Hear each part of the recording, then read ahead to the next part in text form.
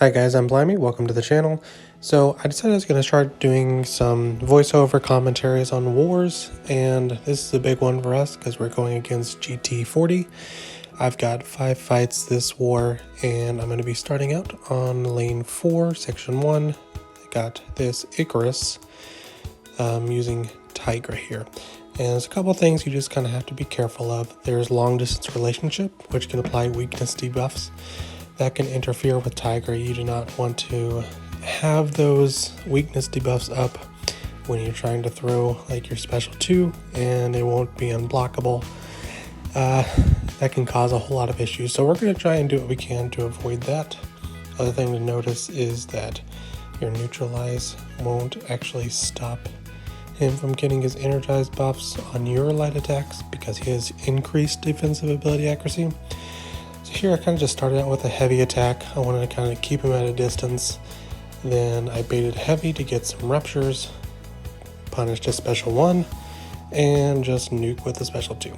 So he's down pretty quickly, and I feel like I have to talk quickly with these like Tiger fights because they're just over in a flash. Speaking of being over in a flash, we've got our newly rank 4 Human Torch here. And this fight is over in 12 seconds, so I'm just going to go ahead and spoil that one for you. We've got the Fury from knocking her down.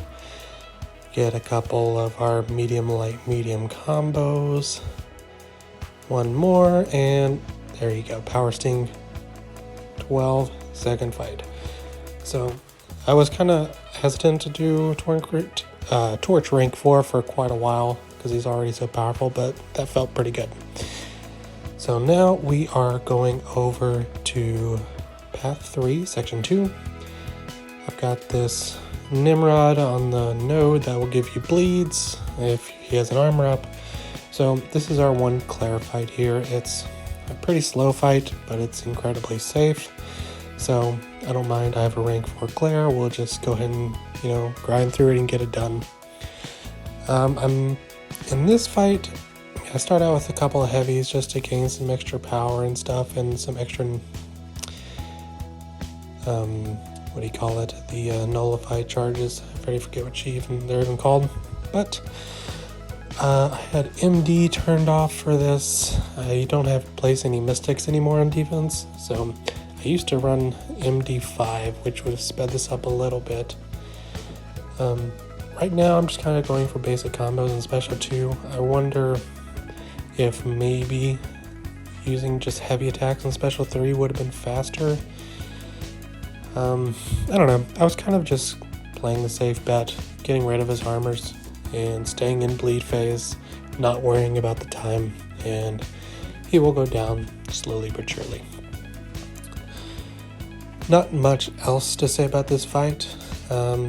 He has a lot of unblockable special 1s, so you kind of just have to be good at that timing. I feel like people struggled with it at first, but it's pretty easy. Other than that, I guess we'll just talk a little bit. This is my first voice over for a war. I was a little self-conscious about kind of sharing my voice, but I think a lot of people are that way. I think this could be fun, and I know people like to kind of hear a little bit of commentary about the war. This Nimrod almost down. We've got 2 more fights after this. Another path 3. It's going to be Super Skrull that we're just going to completely shut down a Tiger, and then we have that thing on the path 1, 2, 3 intersection. I forget what the actual node number is, but we're going to be taking that one with Tigra as well. No mini bosses this war. But we still got some fun Tiger fights, which is all good. This one is going to be over pretty quickly. Let's see. Oh yeah.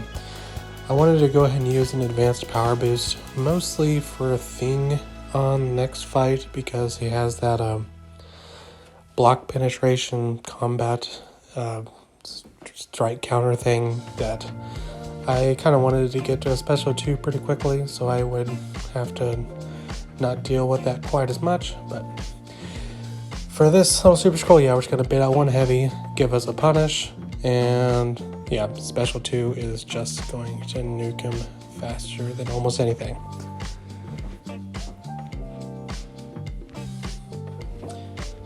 Alright, so here we have the thing.